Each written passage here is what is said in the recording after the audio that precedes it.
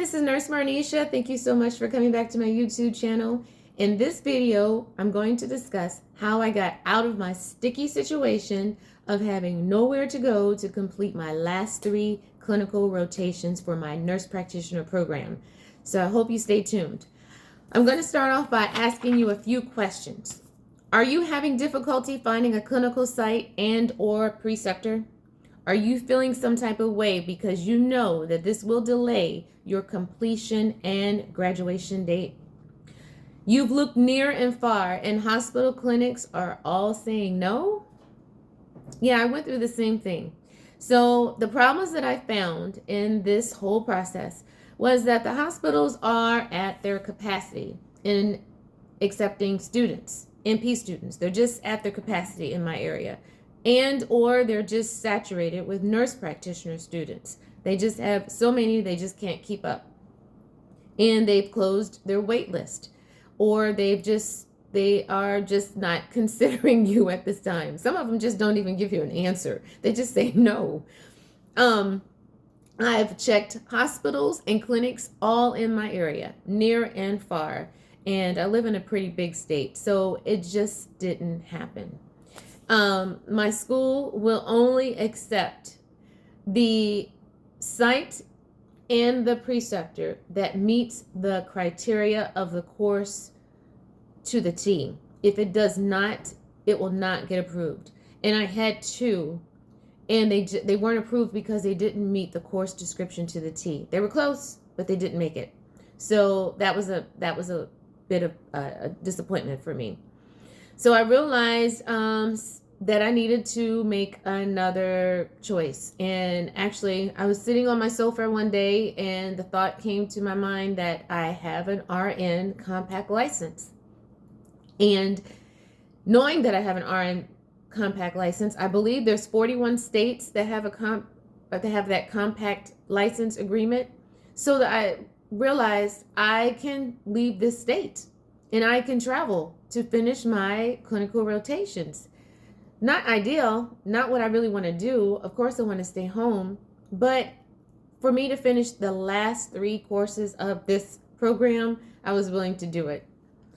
So I did have to reach out to my school. So that's something to consider. You will probably have to get permission from your school. And I attend Chamberlain University. And I spoke with the advisement line. And they basically told me that, yes, it's considered a mismatch. So I can reside in one state and finish my clinicals in another state. As long as I have a license, an active license, without any issues tied to it, I can practice or do my clinicals in that out-of-state hospital location, clinical location, etc. So I started looking at states where my family lived. And I found one for March. So this is recorded in January 2025. My course is delayed or postponed. That sounds more positive. My course is postponed by 2 months. I was going to be wrapping this up in June, but now it looks like I'll be wrapping it up around August, which is okay because our commencement is in September. So it all lined up just perfectly. I'm perfectly happy with that. To be honest, I don't think I would have wanted to finish school in June and then have a commencement ceremony 3 months later. I might have just lost the fire and desire at that point. I'm not sure. But anyway, so some things to consider when you travel out of the state. Some things that I had to really take into consideration. And that is where you're going to stay, your housing. So for me, I look for places where my family lived. And I do have family in different states. And I looked in those states. And I even looked in a state where my former mother-in-law and father-in-law lived and was going to, and still will consider that state because it's an option. And I'm excited to be able to go.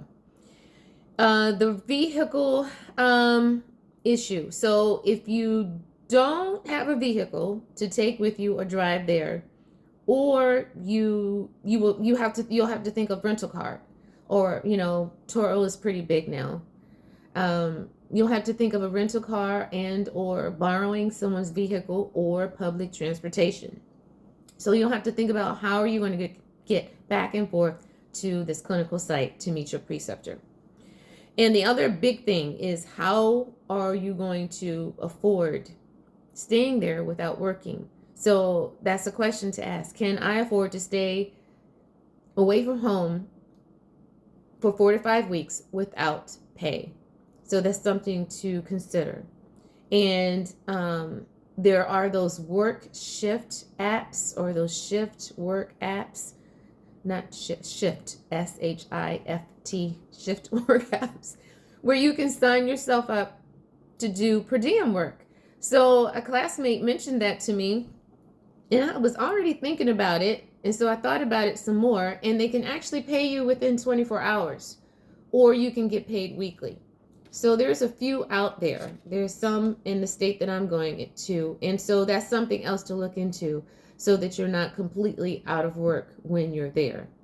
Maybe you could pick up a couple shifts when you're not doing clinicals. So that's another option.